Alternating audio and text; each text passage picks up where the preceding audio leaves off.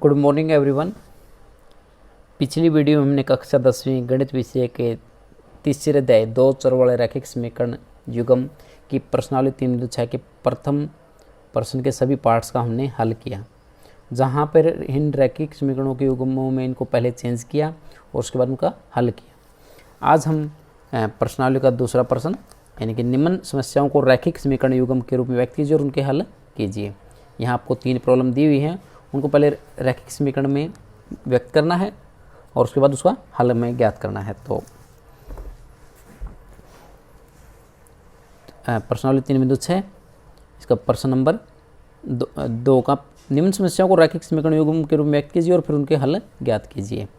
तो पहला पार्ट है ऋतु धारा के अनुकूल। जो लड़की ऋतु है वो धारा के अनुकूल, देखिए किसी भी नदी की 2 धाराएं होती हैं, धारा के अनुकूल धारा के प्रतिकूल। अनुकूल 2 घंटे में 20 किलोमीटर तैर सकती है। धारा के अनुकूल 2 घंटे में कितने किलोमीटर तैर सकती है? 20 किलोमीटर। और धारा के प्रतिकूल मतलब उल्टा 2 घंटे में 4 किलोमीटर तैर सकती है। अब देखो धारा के अनुकूल 2 घंटे में 20 किलोमीटर, क्योंकि वो अनुकूल जा रही है तो उसकी तैरने की जो स्पीड है वो ज़्यादा हो जाएगी, और धारा के प्रतिकूल जब वो तैरेगी तो स्पीड कम हो जाएगी, तो 2 घंटे में वो केवल 4 किलोमीटर तैर सकती है। तो उसकी स्थिर जल में चाल और धारा की चाल ज्ञात कीजिए। उसकी तैरने की हमें चाल ज्ञात करनी है कि कितनी आएगी। मान लेते हैं ऋतु की स्थिर जल में तैरने की जो चाल है वो x किलोमीटर प्रति घंटा है, यानी कि 1 घंटे में वो x किलोमीटर तैर लेती है, और जो धारा है पानी की जो चाल है वो y किलोमीटर प्रति घंटा है। अब देखिए पानी इधर आ रहा है, ये पानी है, और जब पानी के साथ साथ वो तैरेगी तो ये धारा के अनुकूल हो जाता है, यानी पानी भी इधर जा रहा है और वो इधर ही तैर रही है, तो ये है धारा के अनुकूल। तो धारा के अनुकूल ऋतु की तैरने की चाल कितनी हो जाएगी? देखिए ऋतु की स्थिर जल में अगर पानी बिल्कुल खड़ा है तब उसकी चाल कितनी है? x किलोमीटर प्रति घंटा, और धारा की चाल कितनी है? y किलोमीटर प्रति घंटा। तो धारा के अनुकूल ऋतु के तैरने की जो चाल कितनी हो जाएगी? x प्लस y किलोमीटर प्रति घंटा। क्यों हो जाएगी? क्योंकि देखिए ऋतु किस स्पीड से तैर रही है? x की स्पीड से, और पानी की स्पीड से चल रहा है y की स्पीड से। जब दोनों एक साथ चलेंगे तो पानी उसको आगे की तरफ लेके जाएगा, तो जो खुद की स्पीड ऋतु की वो और जो पानी की स्पीड है वो जुड़ जाएगी आपस में, यानी कि वो ज़्यादा तेज़ी से तैर सकेगी। तो उसकी स्पीड कितनी हो जाएगी? चाल कितनी हो जाएगी? x प्लस y किलोमीटर प्रति घंटा धारा के अनुकूल। अब धारा के प्रतिकूल जब वो तैरेगी, ये धारा के प्रतिकूल क्या जाएगी? उल्टा जाएगी। पानी इधर जा रहा है और ये उल्टा तैर रही है x की स्पीड से। स्पीड x है बट पानी इसको y की स्पीड से पीछे की तरफ खींचेगा। अब देखिए उधर तैरेगी ये, जब ये x की स्पीड से इधर जाएगी और y की स्पीड से जो मतलब पानी की जो चाल y की स्पीड से उसको वापस पीछे की तरफ खींचेगा, तब उसकी स्पीड तैरने की घट जाएगी। धारा के प्रतिकूल ऋतु के तैरने की जो चाल क्या जाएगी? x माइनस वाई किलोमीटर प्रति घंटा, किलोमीटर पर आर। देखिए अनुकूल जो चाल है वो बढ़ क्यों गई? क्योंकि धारा के जब अनुकूल हम तैरते हैं पानी में पानी भी इधर जा रहा है और हम भी इधर तैर रहे हैं, तो तैरने की स्पीड हमेशा बढ़ जाती है। और जब हम पानी की विपरीत दिशा में तैरते हैं तो जो हमारी तैरने की स्पीड थी x और जो पानी की स्पीड है y किलोमीटर प्रति घंटा, तो वो घट जाती है। तो तैरने की स्पीड हमारी क्या हो जाती है? कम हो जाती है। कितनी कम हो जाती है? x माइनस वाई किलोमीटर पर आर। अब प्रश्नानुसार पहले पार्ट में क्या कर रहा था कि ऋतु 2 घंटे में 20 किलोमीटर तैर सकती है, तो 1 घंटे में कितना तैर रही है वो? x plus y kilometre. तो 2 घंटे में कितना तैरेगी? 2 गुणा में x प्लस वाई किलोमीटर, जो किसके बराबर है? 20 किलोमीटर के बराबर है, क्योंकि वो 2 घंटे में 20 किलोमीटर अनुकूल तैर सकती है। तो 1 घंटे में x प्लस वाई, 2 घंटे में 2 गुणा x प्लस वाई, तो कितनी दूरी जाएगी उसने? 20 किलोमीटर। तो x प्लस वाई कितना? ये 2 कहाँ से जाएगा? भाग में, तो x प्लस वाई बराबर है 10। तो पहला समीकरण आपका आ जाएगा। धारा के प्रतिकूल 2 घंटे में कितना तैर लेती है वो? 4 किलोमीटर। तो धारा के प्रतिकूल उसकी चाल कितनी है? x माइनस वाई किलोमीटर प्रति घंटा। 1 घंटे में x माइनस वाई किलोमीटर जाती है, तो 2 घंटे में 2 गुणा x माइनस वाई, जो कि कितना तैर लेती है? 4 किलोमीटर। तो x माइनस वाई कितना आ जाएगा? 2। तो इन दोनों समीकरणों को 1 और 2 को हम विलोपन विधि से हल करेंगे, तो y से y कट जाएगा, तो x और x 2x, तो x का मान कितना आ जाएगा? 6, और y का मान कितना आ जाएगा? 4। अतः जो ऋतु की स्थिर जल में चाल कितनी है? 6 किलोमीटर प्रति घंटा, और धारा की चाल कितनी है? 4 किलोमीटर प्रति घंटा। अब प्रश्न नंबर 2 है 2 महिलाएं एवं 5 पुरुष एक कसीदे के काम को साथ साथ 4 दिन में पूरा कर सकते हैं। कोई एक काम है, कसीदे का काम है, उस काम को करने में 2 महिलाएं और 5 पुरुष 4 दिन में पूरा कर लेते हैं उसको। जबकि 3 महिलाएं और 6 पुरुष, यानी 2 महिलाओं की जगह 3 महिलाएं, 1 महिलाएं और ले लेते हैं, और 5 पुरुषों की जगह 1 पुरुष और बढ़ा लेते हैं, 6 पुरुष कर लेते हैं, तो उसी काम को, जिस काम को 4 दिन में करे थे, उसी काम को 3 दिन में पूरा कर सकते हैं। क्योंकि महिलाएं ज़्यादा हो गई, पुरुष भी ज़्यादा हो गए, तो काम पहले ज़्यादा दिन में बन रहा था, अब कम दिन में बनेगा, तो 3 दिन में पूरा कर सकते हैं। ज्ञात कीजिए कि इसी कार्य को करने में एक अकेली महिला कितना समय लेगी, पुनः इसी कार्य को करने में एक पुरुष कितना समय लेगा। तो ये काम और समय से संबंधित समस्या है, जहां हमें 2 महिलाओं और 5 पुरुषों का एक काम है जो 4 दिन में पूरा करते हैं, उसी काम को 3 महिलाएं और 6 पुरुष मिलकर के 3 दिन में पूरा कर लेते हैं। तो एक महिला एक दिन में अगर अकेले काम करवाएं तो कितना समय उस काम को करने में पूरा करेगी, और अकेला पुरुष उसको कितने दिन में ख़त्म कर देगा। तो इस तरह की जो समस्याएं उनको हम क्या कर लेते हैं, माना जो कार्य है, कार्य को पूरा करने में अकेली महिला समय लेगी, उस काम को अगर एक अकेली महिला से करवाएं तो x दिन में पूरा कर देती है। अब वो x दिन कितने भी हो सकते हैं, 5, 10, 15। और उसी कार्य को पूरा करने में अकेला पुरुष, जो अकेला पुरुष है वो कितना समय ले लेता है, y दिन। यानी कि अगर अकेले महिला से, एक महिला से काम करवाएं तो x दिन में पूरा काम कर देती है उस काम को, और पुरुष से करवाएं तो वो y दिन में पूरा कर देता है। अब उसके बाद ये चीज़ महत्वपूर्ण जो हम लिखेंगे, क्योंकि x दिन में एक महिला ने उस काम को पूरा कर दिया, तो अतः एक दिन में एक महिला द्वारा किया गया कार्य का हिस्सा कितना आएगा, 1/x। क्योंकि x दिन में आपका काम पूरा हो जाता है, तो एक दिन में कितना काम आएगा, 1/x।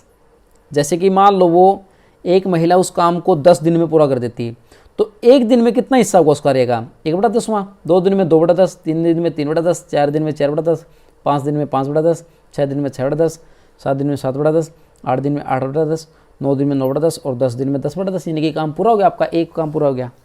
यानी कि अगर x दिन में पूरा काम कर लेती है वो एक महिला, तो एक दिन में उस काम का कितना हिस्सा करेगी, 1/x। और क्योंकि पुरुष y दिन में उस काम को पूरा कर लेता है, तो एक दिन में कितना करेगा, एक दिन में एक पुरुष द्वारा किया गया कार्य का हिस्सा कितना आएगा, क्योंकि y दिन में पूरा कर लेता है, तो एक दिन में कितना करेगा, 1/y। ये हिस्से आ गए हमारे पास। भाई एक अकेली महिला एक दिन में 1/x हिस्सा काम कर देती है उस काम का, और एक पुरुष एक दिन में उस कार्य का कितना हिस्सा कर देती है, 1/y हिस्सा। प्रश्नानुसार, तो पहले प्रश्न में क्या दिया हुआ है, हमारे पास 2 महिलाएं हैं और 5 पुरुष हैं, तो एक महिला कितना काम हिस्सा कर देती है उस कार्य का, 1/x हिस्सा। तो 2 महिलाएं कितना कर देगी, 2/x, प्लस 5 पुरुष, एक पुरुष एक दिन में 1/y हिस्सा कर देती है, तो 5 पुरुष मिलकर कितना कर देंगे, 5/y। तो 2 महिलाओं ने उस काम का एक दिन में इतना हिस्सा कर दिया, और 5 पुरुषों ने एक दिन में इतना हिस्सा कर दिया काम का। अब वो काम का कुल कितना हिस्सा हो गया, 4 दिन में काम पूरा हो जाता था। वो जो पूरा कार्य है 4 दिन में पूरा कर लेती थी, तो एक दिन में कितना आएगा, 1/4। यानी कि 2 पुरुषों ने और 5 महिलाओं ने मिलकर के एक दिन में इतना काम किया, और एक दिन में काम कितना होता है, 1/4 हिस्सा। क्यों, क्योंकि 4 दिन में पूरा होता है, तो एक दिन में कितना, 1/4। उसी तरह एक महिला और लेके आने के बाद 3 महिलाओं ने एक दिन में कितना काम किया, 3/x हिस्सा उस कार्य का, और 6 पुरुषों ने 6/y हिस्सा। यानी कि एक दिन में 3 पुरुषों ने और 6 महिलाओं ने इतना कार्य किया, कार्य का इतना हिस्सा किया। बट कार्य कितने दिन में पूरा हो जाता है, 3 महिलाओं और 6 पुरुषों द्वारा 3 दिन में, तो एक दिन में कितना आएगा भाई, 3 दिन में पूरा, तो एक दिन में 1/3 हिस्सा आ जाएगा। तो इस समीकरण नंबर 2 आ जाएगी। यहाँ पे भी हमने इनको बटे में इसलिए लिखा क्योंकि 4 दिन में वो पूरा कर लेते हैं, तो एक दिन में कितना आएगा, 1/4 हिस्सा। यानी ये एक दिन का काम है, ये भी एक दिन का काम है, और ये भी एक दिन का, तो तभी वो बराबर आएंगे। भाई एक दिन में महिलाओं ने इतना किया, पुरुषों ने इतना किया, कुल मिला के काम का कितना हिस्सा हुआ, 1/4। उसी तरह यहाँ पे हमने इसको लिखा। तो इसको अब आगे 1/x को a मान के 1/y को b मान करके, तो एक पहली समीकरण होगी 2a प्लस 5b बराबर 1/4। तो 4 को गुणा में लेके जाएंगे, तो 4 दूनी 8 है, 4 पंजे 20b, क्योंकि 4 भाग में तो गुणा में चला जाएगा, तो 1 समीकरण नंबर 3। 3a प्लस 6b बराबर 1/3, तो 3 उधर गुणा में जाएगा, तो 3 3 हो, 3 से 18 भी 1। तो ये 2 समीकरण आगे, इनको हम विलोपन विधि या प्रतिस्थापन जिस विधि आपको आसान लगे, तो हमने वज्र गुणन विधि का प्रयोग किया है। तो यहाँ b के गुणांक क्या है 20, b का गुणांक 18, फिर इसको इधर लेके आएंगे तो -1, ये -1, फिर a का गुणांक 8, a का गुणांक 9, फिर 20, 18, ऊपर a लिखा, उसके ऊपर b लिखा, इसके ऊपर वज्र गुण विधि का हमने प्रयोग किया है। तो a के नीचे क्या आएगा 20 से कम 20 -18 कम -18 तो +18 हो जाएगा। b के नीचे -9 कम -9 -8 कम +8 हो जाएगा। 18 140 -20 निमा 180। तो a के नीचे -2, b के नीचे -1, a के नीचे -80।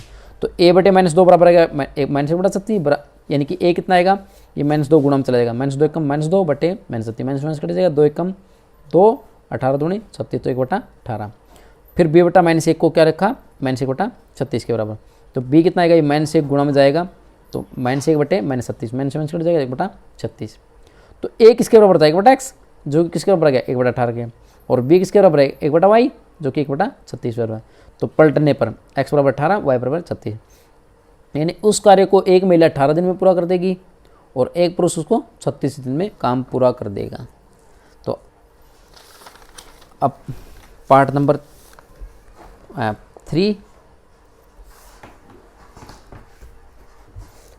3 में हम क्या पढ़ेंगे, जो रूही है, रूही 300 किलोमीटर दूरी पर स्थित अपने घर जाने के लिए कुछ दूरी रेलगाड़ी द्वारा, कुछ दूरी बस द्वारा तय करती है। वो 300 किलोमीटर उसको घर पे जाना है, तो कुछ दूरी वो अपने घर जाने के लिए रेलगाड़ी से जाती है और कुछ दूरी वो बस के द्वारा तय करती है। यदि वह 60 किलोमीटर रेलगाड़ी द्वारा और शेष बस द्वारा यात्रा करती है तो उसे 4 घंटे लगते हैं। यानी कि रेलगाड़ी से कितनी दूरी तय करती है वो 60 किलोमीटर, और बस से कितनी दूरी तय करती है बाकी जो बच गई, यानी 60 के अलावा कितनी दूर जाना था उसको 300 किलोमीटर, तो 60 किलोमीटर के अलावा कितनी बच गई 240 किलोमीटर, वो किससे जाती है बस से यात्रा करती है। तो दोनों को मिला के रेलगाड़ी में जितना समय लगेगा और बस में जितना समय लगेगा उसको 4 घंटे लगते हैं। यदि वह 100 किलोमीटर रेलगाड़ी से और बाकी शेष कितनी आ जाएगी 200 किलोमीटर अगर वो बस से यात्रा करे तो दूसरे 10 मिनट अधिक लगते हैं, यानी 4 घंटे से 10 मिनट अधिक लगते हैं। तो रेलगाड़ी तथा बस की चाल क्रम से ज्ञात कीजिए।